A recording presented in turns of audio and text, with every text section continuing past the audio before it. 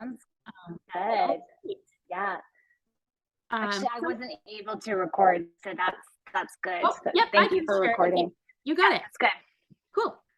Okay. All right. Well, we are in, this is year 2 of guest speakers. And Susannah, I'm pretty sure you were our January guest speaker last year, if I'm not mistaken, kicking the year off. And that was intentional on my part to have you at the beginning of the year, because I do think that your content really jives with setting the tone for the year and people kind of in that zone.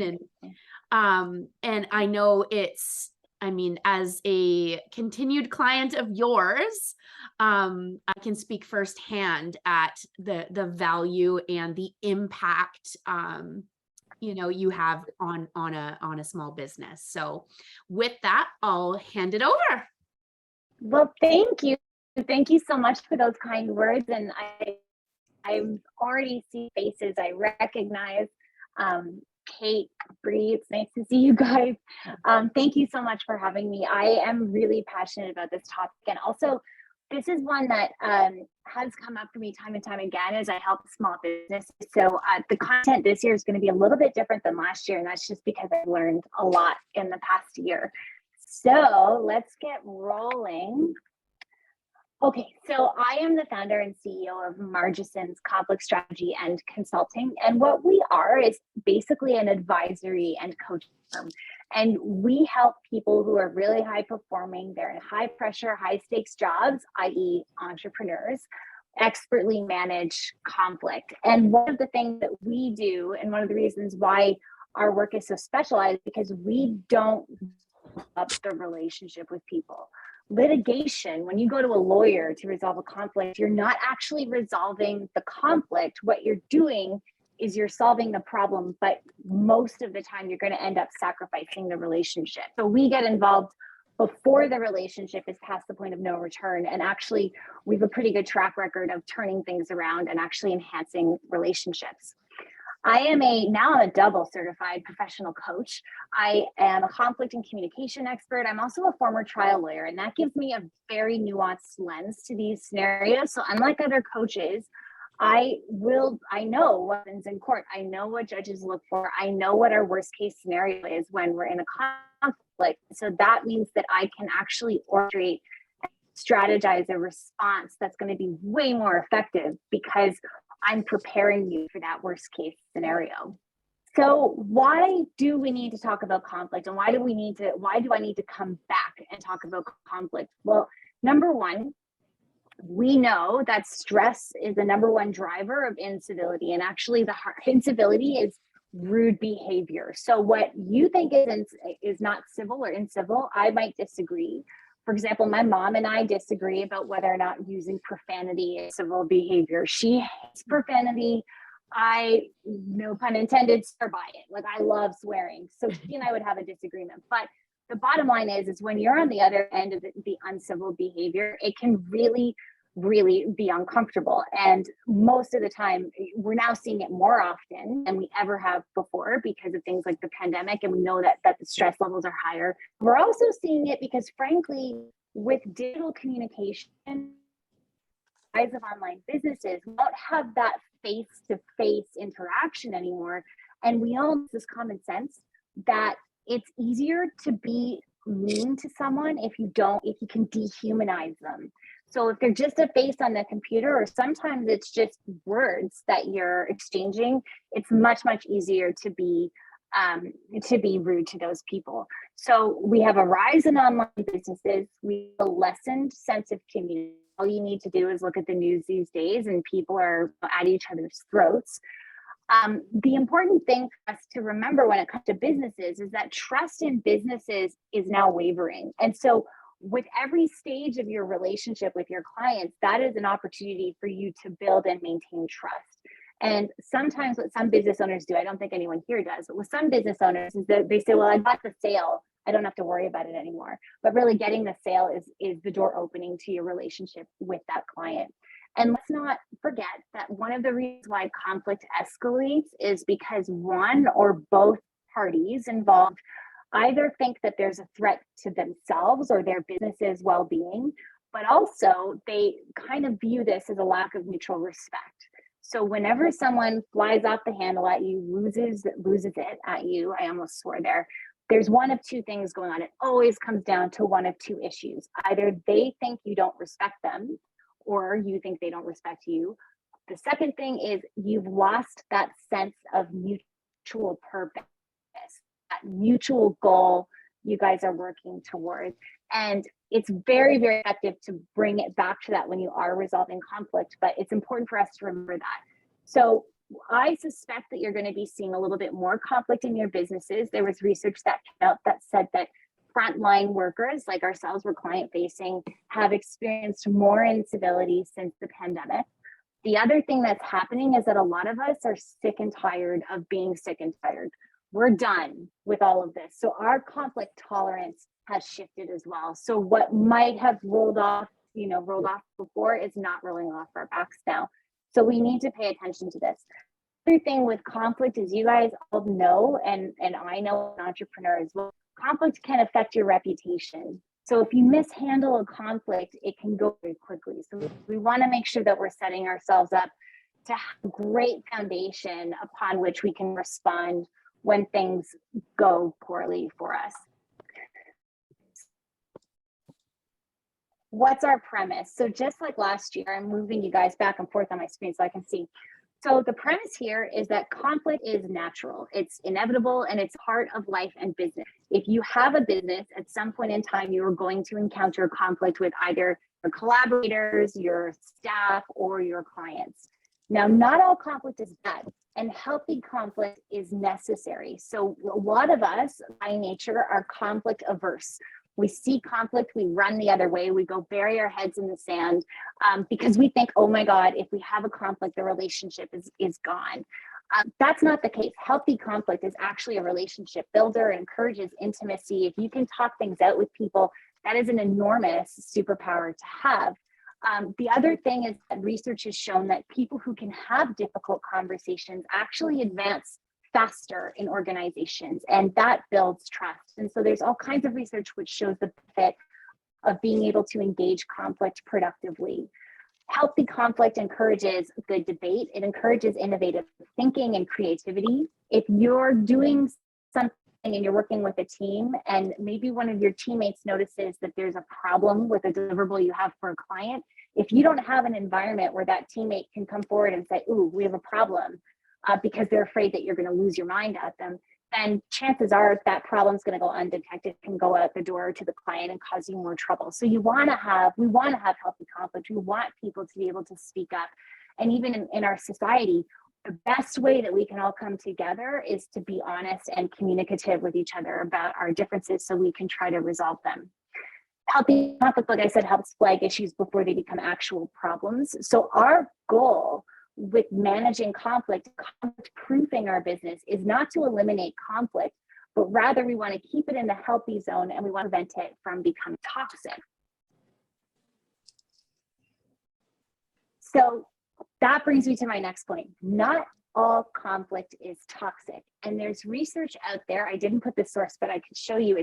This is from a book called Developing Your Conflict Competence. It's a little bit dated. I think it was done in 2011, but it has some really good stuff in it, not only for you on an individual level, but also to help with teams. And it's almost like a Bible that I use. And so that the authors talk about 5 different levels of conflict. So the first 2 really aren't so bad. These can be healthy. The first one is differences. So right now, I don't know if you guys are following the Prince Harry and Prince William thing.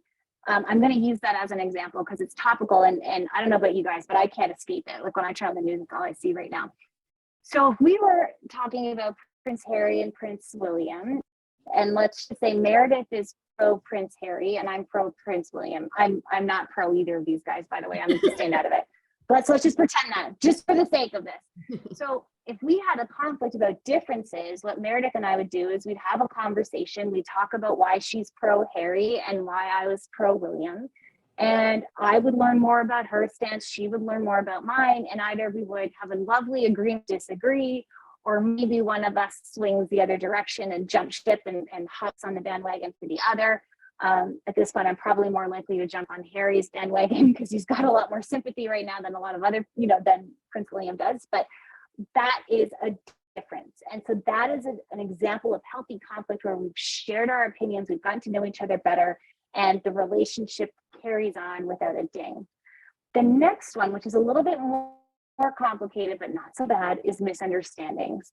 So maybe Mare and I are saying, maybe I'm pro William because I completely misunderstood or don't have all the facts, don't understand what actually happened. And as soon as Mare tells me the full story, I go, whoa, I didn't know that. And I shift my perspective and the conflict is resolved. The other time misunderstandings show up for business owners, frankly, is with contracts and clients not having read the contracts, clients not understanding what they're going to receive as part of their deliverables, their expectations being off. So a lot of what you're going to see is going to be here in the misunderstanding. Now, misunderstandings can go one of two ways. You either resolve the misunderstanding and carry on and everyone's happy, or the misunderstanding is one that actually creates ongoing trouble. And that's where things can escalate to a disagreement. So if Mare and I were having a disagreement about Harry and William, we would have our conversation, would exchange our views, but we wouldn't actually resolve the issue. So we might get to a point where we're like, listen, we're not touching this. Like, we're going to agree to disagree and we're just never coming back to this topic. There might be a little bit of residual discomfort in the relationship, might take a tiny bit of a ding, but there's no resolution, but you can still carry on with that disagreement when you're in that stage. When things escalate to discord, that's where you have the disagreement and the relationship itself gets injured. So it becomes about more than just a disagreement. Like maybe Mare would say, William is a jerk, and by the way, he's racist, and how could you possibly be on his side here? Which fair, right? And if you don't see it that way, then I can't be friends with you, because that goes to something deeper. That becomes discord. And those, most of the time when people are in discord, the relationship is it's salvageable, but you need to take a lot more work to it. And we're sort of looking at that point of whether it's worthwhile to salvage the relationship or we contain the damage. So when relationships come under threat, we say that things have moved into discord. I'm just going to turn off that notification. Sorry about that. Polarization is where things have escalated to the point that the parties are unlikely to reconcile. So Prince William and Prince Harry right now, I really think we're at the polarization point. I know Harry says he wants to reconcile. To be totally honest with you guys, I think it would take an awful lot of work. It can be done. Put me in, coach. Like, I'll take care of it for that. I'll bring them together. But it's really hard, and it takes a lot of work to get people together. And often when we're in a polarization state, that's when we really tend to be looking at litigation. And litigation doesn't really bring people back from that. So it's important for you to understand where your conflict sits on this spectrum, because if we're running away the minute someone disagrees with us, it's not, first of all, it's not a functional way to live, and it's certainly not a functional way to do business. But if you can keep your cool, keep it together, and help yourself ascertain, okay, is this just a misunderstanding? Can I resolve? Then you're going to be in a much better headspace to deal with the conflict head on. So it's important for us to make those distinctions. I'm just going to pause and see, does anybody have any questions about what we've talked about so far? I'm going to assume silence is a no. Okay, I'm going to keep going. Awesome. Okay, so the other thing about conflict that's really tricky is that it doesn't always show up the same way. So I've gone into organizations, especially recently, and I've said, how are you guys doing with conflict? And the boss will sit there and they'll be like, we have no trouble on our team whatsoever. Everyone gets along. There's no issue. We're fine. And then I'll do a survey, I'll do an assessment, and I find out that there's actually a lot of stuff under the surface. It's just simmering to boil over.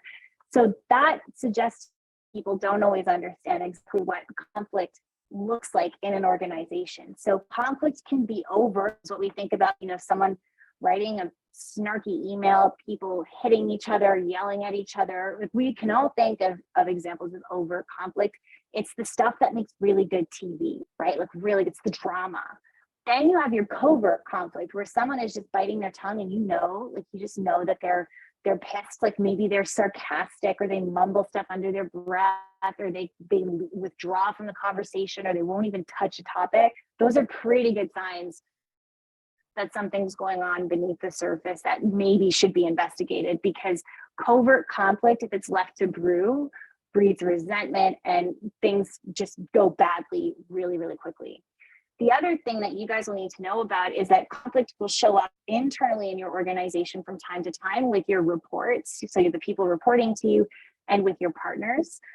One example that I can give you that I actually had to do my own work on, I'm very upfront about the work I've had to do with conflict, because it's work in progress for everybody. But one thing I had to work on, and I've worked with Meredith, Kate, and Bree before, so they might kind of smile at this, but I had to work on my comfort giving revisions and saying, oh, can we make this better and can we not? Because I didn't want to hurt anyone's feelings. And luckily, thank goodness, I had a full relationship with those three. I recommend them entirely, by the way. They're just awesome. But they all were so open and said, no, we want to know. And we had our mutual respect established and our mutual goal of having, in my case, is website and branding. That was going to be great for my business. But also, it wasn't lost on these guys that they could use it for their portfolio too. So we had aligned goals. And that made it a lot easier for me as the client to say, okay, I'm going to put aside my concerns about hurting your feelings and tell you what I'm thinking. And as a result, both products I got from Mare and Kate and Bree were just great, like really, really good. I had them do 2 separate sites because my business shifted a little bit and they were just great. The other thing that you'll see, of course, is the external conflict. And usually we worry more about the external conflict with our clients and collaborators, but I need to tell you something. If you have people problems in your business, they will always end up being profit problems.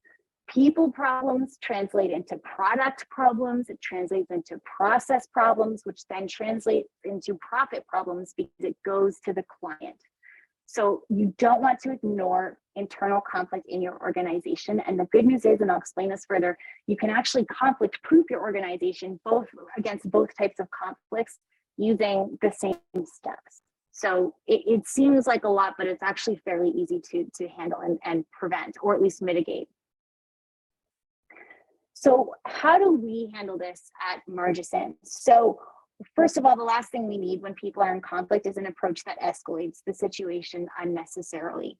So one of the things that we do that's different from what a traditional lawyer would do is I look at it from a holistic standpoint. And usually, I have no way of knowing what's happening in the other room, but knock on wood, so far I've been in line with what needs to be done when it comes to figuring out what the hidden agendas are for people and understanding what might be happening on the other side. And the reason why I can do that is 10 years of lawyering, but also I'm now in the business where people are telling me their deepest, darkest concerns when they're in conflict, so I can guess what's going on the other side, assuming that it's a reasonable person. But also, and I said this last year, our response to conflict is 75 or 70% our issue. That's a ballpark figure. The point is that you need to sort out your own stuff, clean up your side of the street before you can effectively handle conflict. So when people come to me, especially small business owners, and they say, we're having issues with clients, blah, blah, blah, I take a look at everything. And I often ask them to give me a sample of an interaction they've had and what's going on. And we're all human. I have my own conflict issues as well. But most of the time I need to start by working with the CEO of the organization to say, okay, what's your conflict style? Because if we're not uncovering your blind spots and the things that are going to make you take something personally and your insecurities and your agenda, then we're not going to be able to effectively resolve conflict in a way that's sustainable. We'll end up putting a Band-Aid over a bullet wound and thinking we've solved the problem when we haven't. The other thing that we do is we prioritize relationships. So you will not, I always think 12 steps ahead when I'm resolving a conflict for somebody or when I'm advising people on how to handle conflict. I'm always thinking about what happens if we end up in court. However, I very rarely, only in the most serious of cases, will I threaten litigation from the get-go. That is not a relationship building thing. The last thing you guys want to do is say, see you in court when a client comes to you with a problem at the beginning. And litigation will, like I said, blow up the relationship. We're not about that. I would much rather see you guys strengthen your brand through how you handle conflict than client. And then the other thing that we do that's different from lawyers is we offer that personal support. So yesterday I went with a client to a meeting with a specialist that I organized for him to deal with his problem because he needed that moral support. I handhold clients through the conflict. We will talk on text, we'll talk over email. I'll also draft templates for them. I'll draft the communication. Like, I'm really involved, but I'm also really interested in making sure that the emotional burden associated with the conflict is lessened. So with that, there are 5 must-haves that every organization needs to conflict-proof yourself. So the first one we've talked about is an appropriate mindset. The next thing is your North Star, and that's your mission, vision, and values. Now, a lot of you will already have done that work, especially if you've gotten your branding. That's one of the first things they'll ask you is, what's your mission, vision, and values to help you to your brand? However, this gets missed a lot because a lot of us do this for our brand, and then we go and carry on with our business and we don't think about our brand anymore. And you have to come back to your brand and think about what it is you're putting out there, because what you're putting out there, what you say your mission, vision, and values are, needs to carry over through the entire client interaction with you. So I've seen people do, this is just one example, is I see people say, our goal is to empower female business owners to run their own businesses. Then they tell me they're having a lot of conflict. So I take a look at their sales process, and what does their sales process do? It's smarmy. Like, it's so smarmy. It's like getting you to give a credit card over the phone. They don't give you the contract before you sign, like before you pay. And that to me is empowering women. Like, to me, and if you ever work with them, my sales process is the opposite. Like, I'm like, let me send you the contract, think about it, let me work with the salespeople in the room. We're like, geez, this is so bad. But I'm very big on transparency and no pressure, because one of my values is integrity, and that's something that's important to me. So the point is that if your mission is like, I'm going to empower people and my job is to help them with mindset, but then you're doing the opposite in your interaction with them, that's not help the conflict or your reputation. So when people don't have a mission, vision, or values, or when I look at the mission, vision, and values and I say, hang on, there's a disconnect here, sometimes that actually means that we need to go back and take a look and redo the mission, vision, and values. I like to take a look at mine once a year. So right now is about the time that I'm wanting to make sure that everything is still aligned with what I want to accomplish. The other thing, and a lot of people miss this, is clear communication around expectations. What does the client get as a result of their interactions with you? What can they expect? What are you going to deliver for them? What do you need from them in order to do that? The other thing that has a big piece of learning that I've taken over the past year, because I've learned a lot about marketing over the past year, it's my first year in business, is you need to say things more than once. So you'll put something in the contract and you'll say, but it was in the contract, and you're right, in the contract, but people forget things. People don't read contracts either, which is tricky, but people forget things. They get preoccupied, they get busy. Often in service-based businesses, people are like, we're an afterthought, right? They've offloaded whatever they needed to offload to us. And then they think, oh, it's great, they don't need to think about it anymore. And their brain gets clogged with other things. So you have to repeat things around expectations. So that's really important. And the other thing is your contracts. Now, contracts are, I can't overemphasize this. They are so important. If you've downloaded a template off the internet, that's fine, but you really need to look at by a lawyer. I will look at people's contracts for them. I am still a lawyer, but I usually do it in the context of how am I going to conflict-proof your business just with all of your communications, not just with a standalone contract.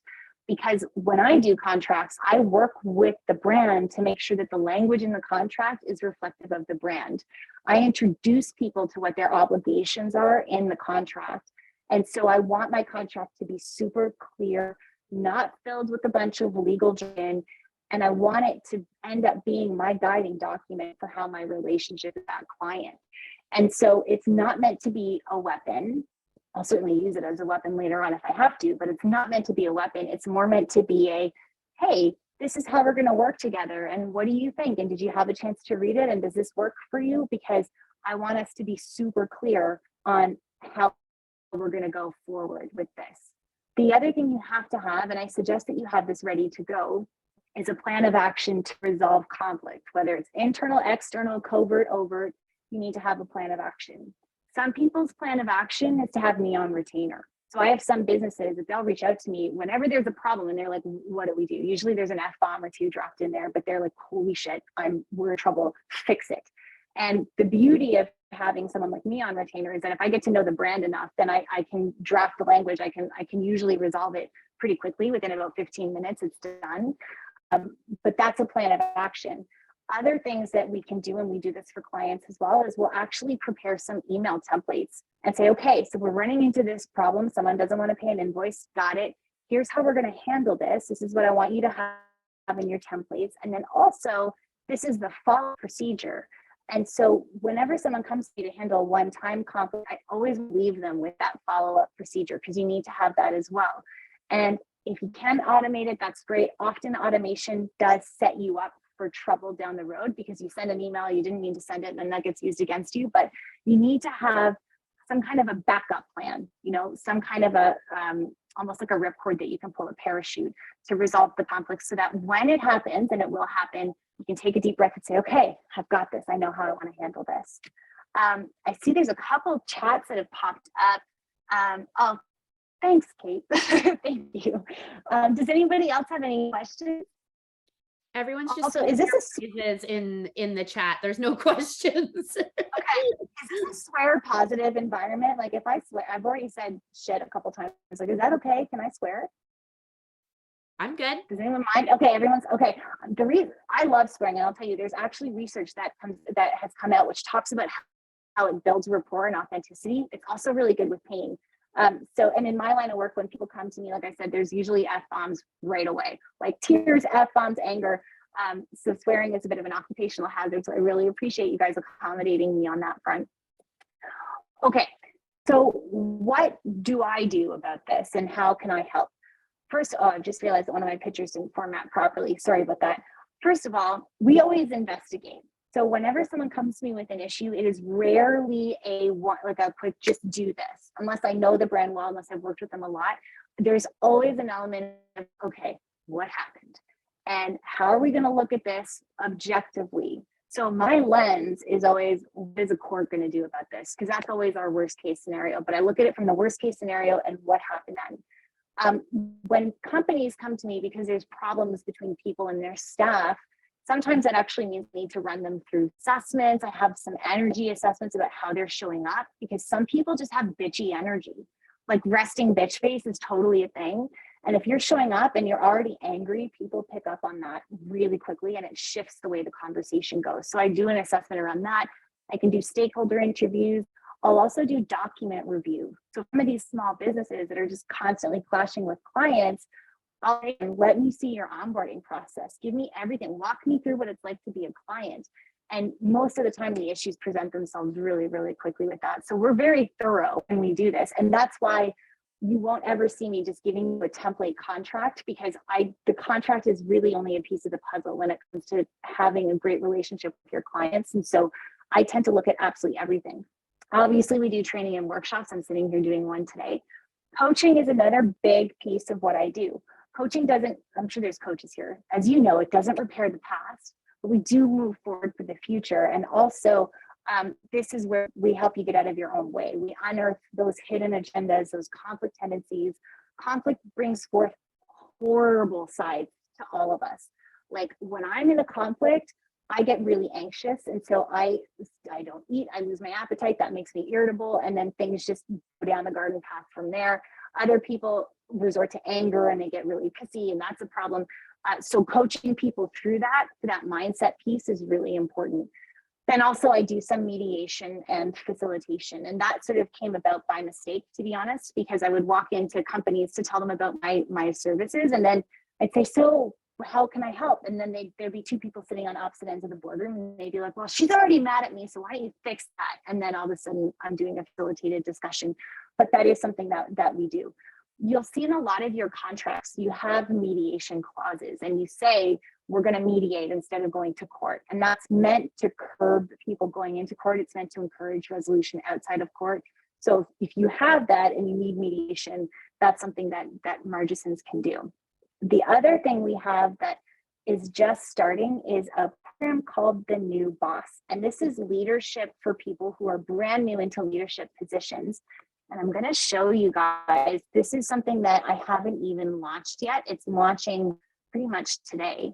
I say today, it's because I'm about to send an email out. But this is a digital course that you can take. It's one masterclass per month. And then you also get a Q&A call and access to an online community. So we're obviously helping people to master, I say obviously because it's right here. So obviously you're gonna master difficult conversations. The idea is to help us all sleep at night and to supercharge our career, because these are the skills that they don't teach you in school that people are looking for when they're doing business with other people. So the topics that we're gonna be talking about, and I'll post this link in the chat.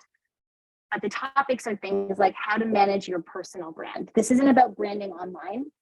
You've got branding specialists in this group that can help you with that. But when I'm talking about your personal brand, I mean, frankly, what your reputation is. And we can't control our reputations because that's what people say about us outside the room. And no one has, like, there are various ways that people try to control other people, but it doesn't usually work. So all we can do is feed into our personal brand. And that's where we figure out what our North Star is going to be, what our mission, vision, and values are for ourselves. And that's what we put out there. That really gives us our guiding principles for how we're going to handle conflict in the future. Then we get into leadership and influence, which is where we talk about all that energy stuff. Then we get into talking about creating positive change, difficult people, boundaries, accountability discussions, feedback and debriefing, which is different from accountability discussions. And here we're actually going to hear from somebody who's an expert in the medical world, because they are way ahead of everybody else when it comes to how to give feedback, how to debrief a difficult scenario with someone, conflict resolution and negotiating, as well as leading through coaching, mindset, and diversity, equity, and inclusion. So those are ways that we help our clients. And now I'm going to tell you when to send out the bat signal. So when you might want to call me instead of just dealing with it yourself, one of the things that I say is err on the side of calling. I will always talk to somebody for 30 minutes for free. And often I solve the problem within that 30 minutes and they don't need me anymore. Again, the sales and the business people in the room are like, oh my God, what is this girl doing? But it's really important. It's an important service to offer.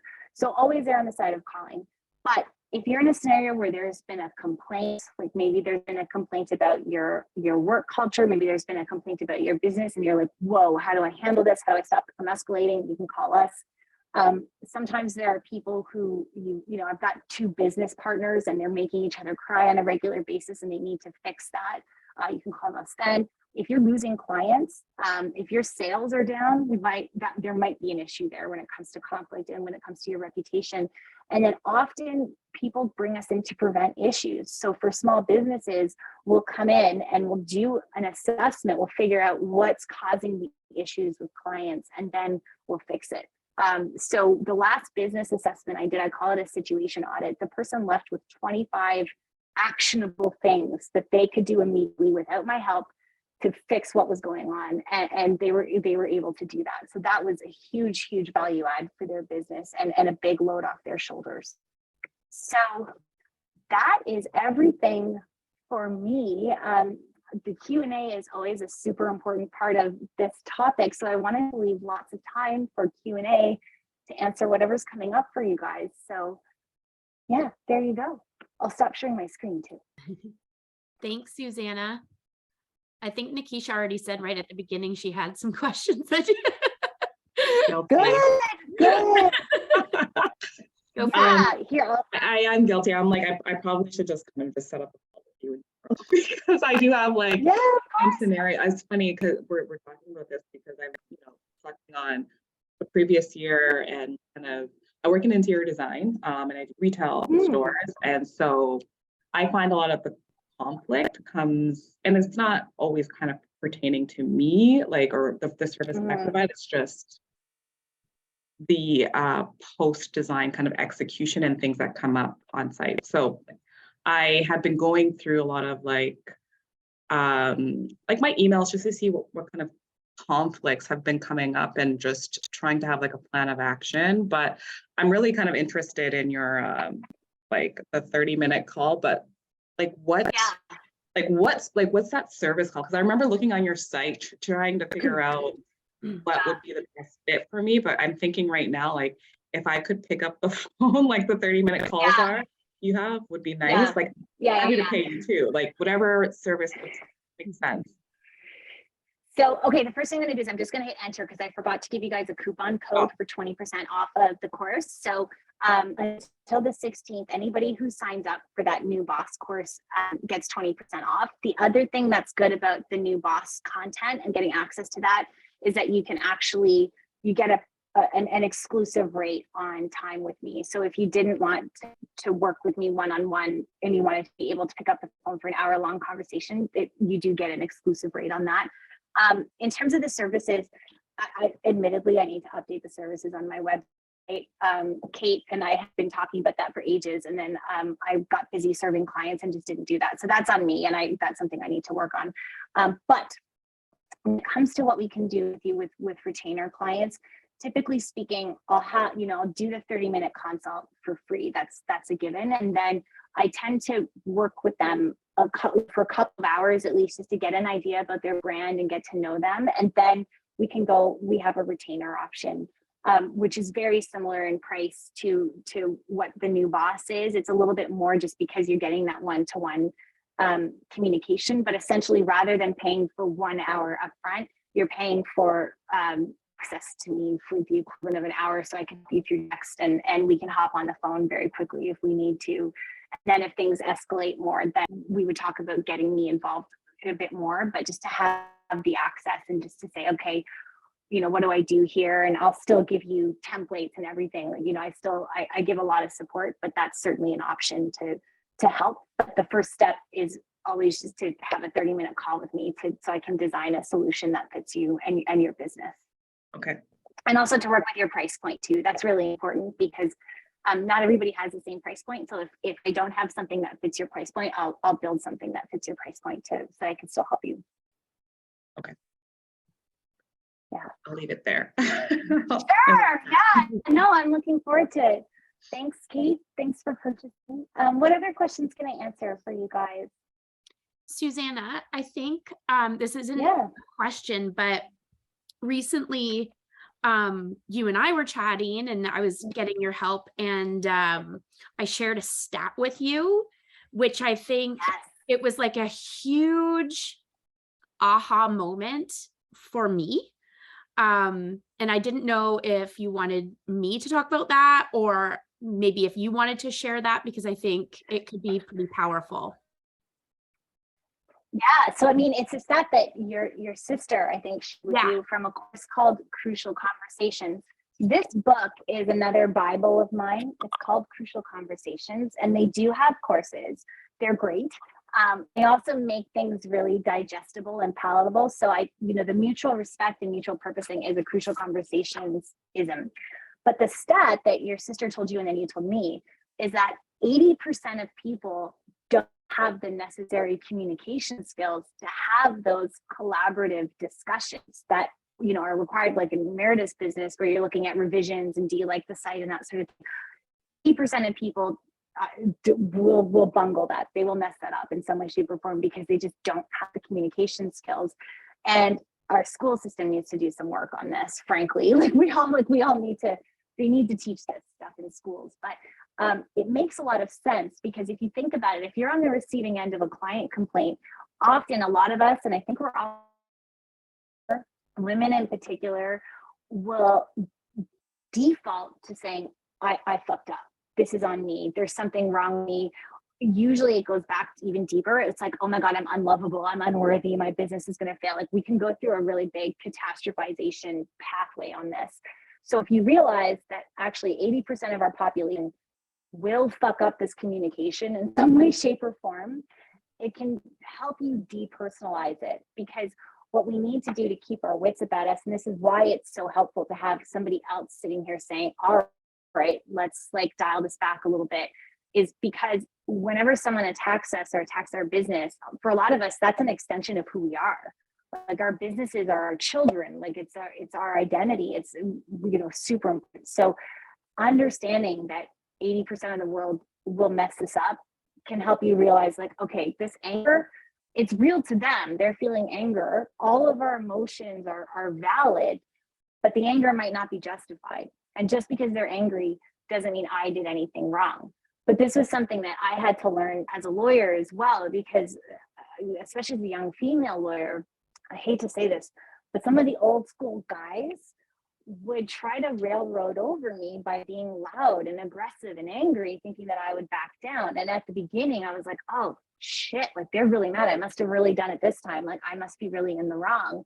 And realize having that kind of realization that actually, no, it might be them. This actually might be a them issue and not me, can help you stay calm in those situations. How does that sit with you guys? Like, how does that, like, I wasn't surprised to hear that stuff, but I was really glad Meredith told me. But how does that stat, guys? I can share my aha moment if you'd like. Yeah, please. Yeah, do it. So okay, how do I explain this? I'm definitely somebody who probably turns into like that imposter syndrome. As soon as somebody complains, I'm like, they're right. Like I shouldn't be here. I shouldn't be doing this. And when you look at the math with that stat and the volumes of work, you know, and these companies that we help, and I mean, we help a number of them. So it was almost validating to know that this is normal. And the more people I work with, the more this is going to happen.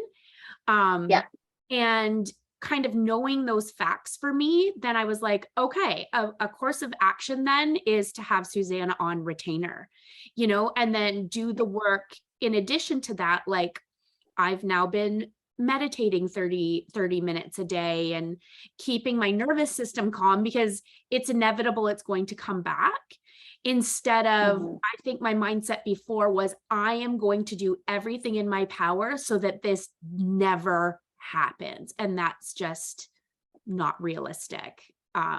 If I want to keep doing more and more business, this is going to happen. So, and then I'm always appreciative of the situations, because naturally you're like, oh, here was a gap, or here's what we learned, and stuff like that too. So, but that stat alone, and then being able to chat it through with you, was very significant for me. Oh, I'm really happy to hear that on all counts. Like I think the mindset work is so key as well. And that's why, you know, it's not sexy. It's not going to give you the TV show result. Like I was on the phone with somebody this morning who's dealing with a workplace issue, and it's very clear to me that this person wanted the TV show result. Like she wanted people to pay, and she wanted to like take everything down with her. And it sucks when you realize that doesn't happen. And really the best revenge is honestly happiness. Like the best revenge is not allowing things to get to you, putting it to bed and just saying, I'm gonna carry on. But that point about the more business you do, the more people you have coming through your door, the higher the chance that you're going to run into this is important. Because with the last business I helped, they have upwards of 500 clients a year in a service-based business. They're not overly strict about who they help. And that, you know, again, that's totally fine. But as a result, when you're letting everybody in your house, chances are you're going to have someone come in that you'd be like, oh, I wouldn't have worked with you if I had known this, right? Like there's always, you're going to have to deal with all kinds. Yeah. I would add to that. Oh, sorry, Kate. Kate and I are in the same room. I was just thinking that when you mentioned that a lot of us probably default to apologizing when a mistake comes up, even before we fully understand where the mistake came from, or even if like responsibility is even important in this scenario, it made me realize that like in my personal life, I'm like fine approaching conflict and really kind of sorting out where things got to and clearing up any misunderstandings. But in my business, I've very much been like defaulting to like apologizing because of that imposter syndrome that you mentioned, Meredith. And it's like, oh, wow, I didn't realize that. And I also didn't really stop to evaluate maybe how ineffective it is to just immediately apologize. Yeah. So there's a couple lenses that I get people to look at. The first one is, what would be extraordinary in this circumstance? Like, if I were on the other side of this and I had this complaint, what would make me say that company is really special and I'm going to send people to them because they care and they're awesome and they really went above and beyond? That's one lens, especially because none of us are perfect and we're going to screw things up. Our contracts, by the way, we should all be looking at our contracts once a year, at least, to amend and say, okay, what lessons did I learn? What did I run into this year? What do I want to throw into my contract? What communication issues are arising? That's really, really important to have that. So that's one lens I'd say is, okay, well, what would make me extraordinary in the circumstance? The other lens has to be, what are my boundaries? What are my deal breakers? What am I willing to put up with? Sometimes that's a business decision. Back to, actually, I'll share if you guys are okay, I'll share my screen again because I want to show you this. So, oops, let me just move you all down here. So this Thomas Kilman conflict model is really helpful when it comes to deciding how you want to respond to these client problems. And there's various different ways of representing this. You can see, like, I've just Googled Thomas Kilman conflict model of people have used different words. I use different words when I try to explain this to people, but and I gave this example last year as well. But essentially, what we want to do when we're deciding our approach is we need to weigh the importance of the issue, or the issue capital, with the importance of the relationship capital. So if you see here, if the issue is concerned for one's own agenda, that's just another way of saying how important the issue is. So if the importance of the issue is low and you don't really care about the relationship, then chances are you're going to you're well advised to not engage in the conflict, to avoid the conflicts. The example I gave last year, which still holds, is the dude who was yelling at me because my dog was relieving herself on someone else's lawn. It wasn't even his lawn, it was someone else's lawn. And he's really abrasive. And I was bewildered, to be totally honest with you. Like, I was probably out of it and this guy was just losing his mind at me. So at the beginning, the issue wasn't important, like, fuck off. And also, I didn't care about him. So I was like, I'm not engaging. And I actually said, I'm not having this conversation with you. I'm done. Then he starts pulling out his phone and things escalate, right? So now suddenly my safety is the problem. It's not just that Orla's choosing someone's lawn to do her thing. It's now actually an issue with my dog's safety. I don't have, I've got step kids, but I don't have kids of my own. So, like, a weird relationship with my dog. I'll own that. That's my crazy. I get it. So I moved from not wanting to engage to saying, actually, this is like a win-loss scenario for me. I'm going to compete. I'm either getting out of this or I'm going to tell them where to go and how to get there. As the states would say, we don't negotiate with terrorists. I will not negotiate with somebody who is not in a position to be reasonable with me. So if someone's upset, I'm not having a conversation. I'm not going to start negotiating and resolving a conflict until they've calmed down. So that's where I buy myself a little bit of time and say, okay, you know what? This is a really important issue, and I can see it's important to you. It's really important to get this right. Would it be okay if I took a few minutes or a couple of days, however long you want to buy yourself, but be very clear about the time that they can expect to hear from you? Can I take a little bit of time to think on this and get back to you? Likewise, I don't negotiate with teenagers. My stepdaughters are teenagers. So usually I'm not going to be getting into, if they're upset and they're off doing their own thing, I'm not having a conflict resolution discussion with you until you're calm. So same thing, let's just pretend now that the relationship is actually important and the issue isn't. So if you have a really good client, they've been your client for years, they're a retainer client, and something's happened and you think to yourself, I disagree with you, but you're such a good client. You've been really loyal to me. I really like working with you and I want to salvage this relationship. That's when we might get into accommodating a little bit. So, saying, you know what, I'm going to let this one slide. I'll make the exception just this once. You bend to their agenda. However, if the issue is important, like let's say that the invoice is worth $10,000 and the relationship is important, that's when we start getting into the delicate dance of, okay, how are we going to collaborate? How are we going to work together to resolve this issue. And as your businesses grow, the importance of the relationships might go down a little bit for you. And you might say, actually, I don't want to be a soft target. So my boundaries are going to shift on this in terms of what I'm willing to bend on, what I'm not. But this is a good way to center yourself, to really say, okay, how important is this issue really? And how important is this client really? I can tell you that having one bad review is, I fear it, frankly, and I don't actively solicit public reviews, but a lot of us worry about having a bad review or having people bad about us online. And to a certain extent, like, I don't be canceled. Like, that's a big concern, I think, for a lot of us these days. Like, none of us want to be canceled, or none of us want to do anything that's so offensive and so egregious that people would cancel us. That's how I should say it, is I don't want to hurt anyone's feelings to be canceled. But having one review might not be that big a deal if you're actually saying, actually, you know what, I've got a business boundary here. This isn't happening. I'm not going to do work for free. So we have to weigh those consequences, because often, especially when we're just starting out, we catastrophize the outcome and what it could be. I'll stop sharing my screen. So Kate, I feel like you wanted to say something a few times. Just kept talking. Did I cut you off? Kate. Oh, I think she's good. She's looking. What's that? maybe she's good. No. Oh, you're good. Michelle came on video. I actually didn't know it was you, Michelle. It just said Michelle until you came on video. Hi.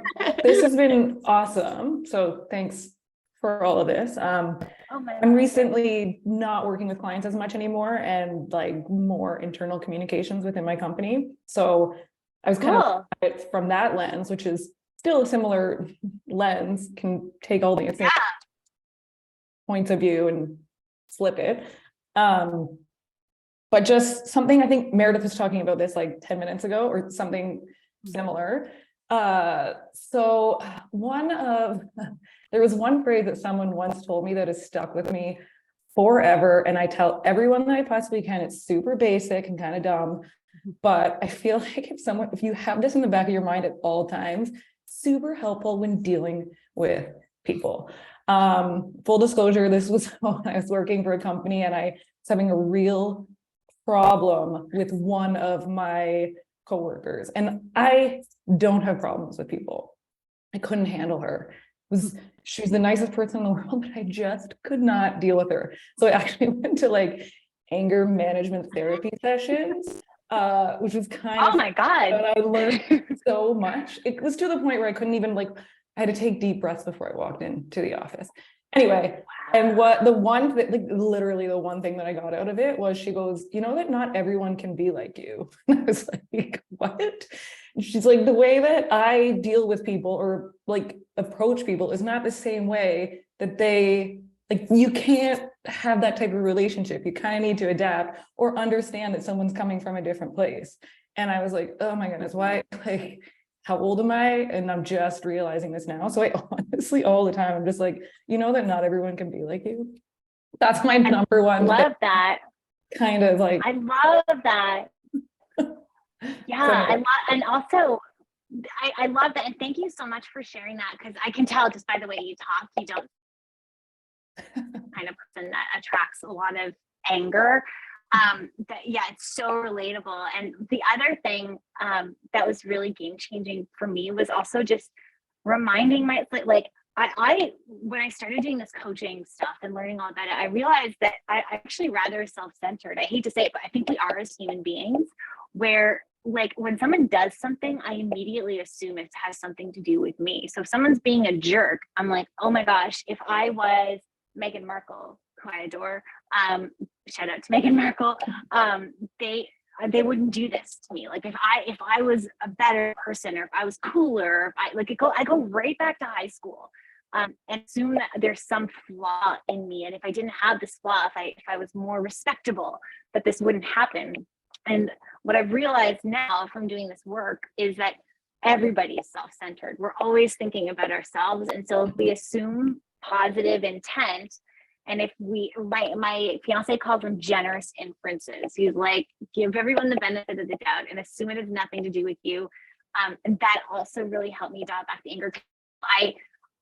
I think I'm a little more quick to anger than you. Like I'm a lawyer. That's what we do. But man, like the road rage I used to have, and someone cut me off, like that dick, he's got no, regard for anybody on the road. And but like I would go from 0 to 60. So having that lens of probably not about you. I like yours too. Like not everybody is as cool as we are under pressure. Right? Like that kind of I like that. So that's not what I said, but yes, that's probably what I said. No. But you strike me as somebody who's very cool under pressure. I might be wrong, but you do strike me as that kind of a person. Yeah. Awesome. Nikisha, going back to what you were saying about your retail. What's that? Michelle's my new gym buddy. So she's very cool under pressure where I'm like, I'm gonna die. That's very cool. Oh my gosh. Yeah. Nikisha, being in the retail space, it's funny because I cut my teeth on a lot of this stuff. I look back and when I was in law school, I worked in retail and I always worked in retail. I loved clothes and I wanted the discount. And I like, that is a good, like, talk of it. As soon as you said I work in retail, I was like, oh my gosh, of course, because wow, there's a lot of conflict. Oh, Michelle, thank you. Thank you. There's a lot of conflict in retail. So I can only imagine that you're probably getting like the hangover effect from the conflict that these people are facing. Yeah, I think I really do. Like, I feel like when you told me about what you helped, I'm like, yes, I need to talk to her because it's just, I think like, so I'm an interior designer, right? And so just, if you think about renovations in general, those are very stressful and just there's so much happening and people are overwhelmed. And then the level of like detail and like I'm in the weeds of things, right? And and like for instance, in like a recent project that I just closed out, some elements they weren't entirely happy with in terms of like execution. And I realized it was very subjective. Like I thought it was fine. Like my other team members thought it was fine and we troubleshooted, we did a fixed day. I even said, I credited her like parts of like the service. And at the end of the day, it was just we're not hitting the nail on the head. And I'm like, I sat here thinking, I'm like, what else could we do, right? And I'm trying to like gather information and it was quite challenging. And of course I had to have the hard conversation, go in and see things, talk on the phone with them. And of course, I felt like I was like a failure. I'm like, maybe I shouldn't be doing this because I can't help. But like and then I've been thinking, I'm like, okay, how do I manage that kind of scenario moving forward? Because there's always going to be people who are really picky with like, they see something, I might think it's fine, but they may have something else in mind and are not fully communicating that. And that's one of the challenging parts of my job, even though, I'm like, show me some images. Yeah. And we're not landing. And so anyways, I think there's so many scenarios that I think I'd love to like just talk to you about and just have sort of plan of action because I find myself reacting, catastrophizing, getting down on myself. Yeah. I'm realizing now, obviously it's not me, but just in those moments, it's heavy, right? And there is this, there is an amount of taking it personally. And so I think if I have something in place that's a little bit more objective, it will help me navigate this a little bit better. Nikisha, So just to, sorry, Susannah, to validate, I feel like, first of all, I don't think business owners share enough of like the ugly. And that I feel like I know Kate can relate to, I can relate to in the creative field where we're just almost talking like personal tastes, really. There's no right or wrong or anything. And then I'm basically just wanted to validate because I feel that so much. It's there's a dark tough. side. It's tough because like we bend over backwards to please and give them what they are envisioning in their heads, and it's just like, I don't know what else to say. I've been been thinking about it and trying to figure out how to avoid this moving forward. I think that it's kind of the first time it's happened, and you know, they were appreciative of, you know, me coming in, hearing them out, seeing everything, assessing and trying to troubleshoot. But like the fact that after doing all of that, like going above and beyond, and it still didn't work for them, I'm just like, I don't even know anymore, like what we could have done. Yeah.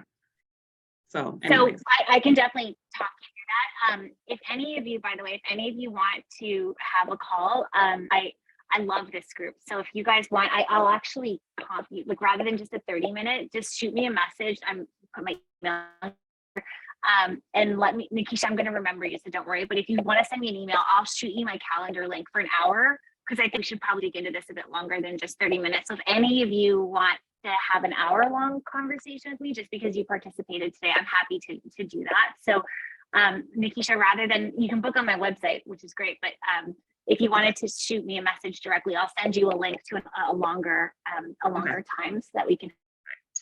Thank you. And yeah, so I know we're over time. I love answering these questions. So if any of you want to reach out to me, I'm always happy to help. I think Mara's right. It's such a lonely pursuit being a business owner. So it's nice that you're bringing people together to collaborate. Oh, thank you, Susannah. That was fantastic. That's the most chats we've ever had, I think, in one presentation. So thank you. And I'm going to connect with you real quick after this to make sure I have all of the links and everything to send out for the replay. So if anyone didn't write it down or anything like that, it will be in the replay. So I can't thank you enough, Susannah. And as somebody who was probably one of your very first clients, still is, I can vouch wholeheartedly that it's worth it. Like, you just can create ease and provide the validation and the expertise. So thank you. Thank you so much, everyone, for coming. Bye. Bye, everyone. Bye, everyone.